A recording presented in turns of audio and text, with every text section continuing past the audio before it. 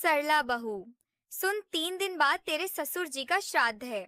सब तैयारी करनी शुरू कर दे, साफ सफाई कर ले। सब कुछ ठीक से होना चाहिए, कोई कमी नहीं रहनी चाहिए। सासू माँ की आवाज सुबह की शांति को चीरती हुई सीढ़ियों से नीचे उतरी। सरला रसोई में खड़ी चाय बना रही थी। चाय के उबलते पानी के साथ उसकी आंखों में पुरानी बातें भी उबलने लगीं। सास की आवाज में आदेश था। सरला ने चुपचाप गिलास रखा और धीमे स्वर में कहा, मम्मी जी, रेणु दीदी और उनके दामाद जी से भी कहिए आकर सारी तैयारी कर लें। पापा जी का श्राद्ध है, उनका भी तो फर्ज बनता है ना। घर में जैसे बिजली कौंध गई। सास ने पलटकर घूरा और चीख पड़ी, तेरी हिम्मत कैसे हुई ऐसी बकवास करने की? रेणु और दामाद जी क्यों तेरे ससुर जी का श्राद्ध करेंगे? यह तेरी और तेरे पति की जिम्मेदारी है, ना कि बेटी और दामाद की। बेटियां पराई होती हैं, औरतें अपने ससुराल की रीति रिवाज निभाती हैं। सरला चुप रही, लेकिन भीतर कुछ कांप रहा था। वह सास के ताने सुनती रही, पर अंदर एक तूफान उठ रहा था। क्या सचमुच एक औरत का मायका उसके लिए मर जाता है? रेणु दीदी तो पापा जी की लाडली थीं। आखिरी वक्त में वही तो उनके पास थीं। अस्पताल में दिन रात बैठी रहीं। दामाद जी ने ही उनके इलाज के बिल भरे थे। एम्बुलेंस से लेकर अंतिम संस्कार तक हर कदम पर साथ थे। तो अब जब श्राद्ध की बारी आई तो बेटी पराई हो गई। सरला को याद आया, शादी के दूसरे ही महीने में पापा जी ने कहा था, बेटा तू बहू नहीं बेटी बनकर रहना इस घर में। पर क्या बेटी वही होती है जो सिर्फ चुपचाप काम करती रहे? उसने देखा था कैसे रेणु दीदी को कभी घर के फैसलों में शामिल नहीं किया गया, कैसे पापा जी की वसीयत में उनका नाम नहीं जोड़ा गया। बस बहू और बेटों का हिस्सा तय कर दिया गया। अगले दिन सास ने फिर कहा, पंडित जी को बुला लिया है, गंगा जल भी आ गया है, भोजन की सूची बना ले और याद रखना दाल में देसी घी हो, कोई कमी नहीं रहनी चाहिए।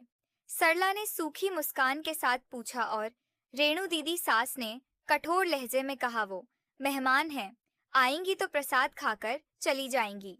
सरला ने अंदर ही अंदर ठान लिया, इस बार कुछ अलग करना होगा। तीसरे दिन श्राद्ध की सुबह रेणु दीदी और जीजा जी घर आए। सभी औपचारिकता से मिले, कोई गर्मजोशी नहीं। सरला ने उन्हें अंदर लाकर कहा, दीदी पापा जी के लिए आज आप खीर बनाइए। उन्होंने कहा था आपको खीर सबसे स्वादिष्ट बनानी आती है। रेणु की आंखें भर आईं, मगर मम्मी जी नाराज होंगी, उन्होंने कहा। सरला ने मुस्कुराकर कहा, कुछ बातें परंपरा से नहीं प्यार से की जाती हैं। आप बेटी हैं, हक है आपका। जब सासू माँ को पता चला कि रसोई में रेणु खीर बना रही हैं, वो गुस्से में रसोई में पहुंची। सरला, तूने ये कैसे करने दिया? ये तेरा काम है सरला। पहली बार उनकी आंखों में आंखें डालकर बोली, मम्मी जी, अगर अंतिम समय में बेटी पिता को कंधा दे सकती है, उनकी सेवा कर सकती है, तो क्या वो उनके श्राद्ध में खीर नहीं बना सकती? आप परंपरा की बात करती हैं, पर दिल की नहीं। घर में सन्नाटा छा गया। सास बोली, समझ क्या कहेगा, लोग हंसेंगे हम पर। सरला ने जवाब दिया, समाज तब भी हंसा था जब रेणु दीदी को वसीयत से बाहर किया गया था, पर तब किसी ने कुछ नहीं कहा। समाज की परवाह वो करता है जो खुद से डरा हो। मैं सिर्फ इंसाफ की बात कर रही हूँ, परंपरा की नहीं। पंडित जी आए, भोज बना। रसोई में सरला और रेणु दोनों साथ थीं। हंसी, आंसू और यादें साथ बनी थीं।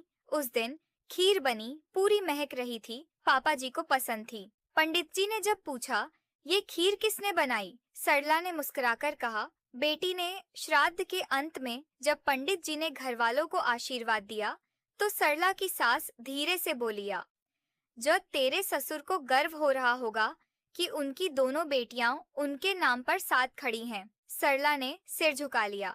कहीं भीतर एक संतोष था। अगर आपको यह कहानी पसंद आई हो तो ऐसी ही और कहानियों को पढ़ने के लिए चैनल को सब्सक्राइब करें और इस कहानी को लाइक, शेयर और कमेंट करना न भूलें।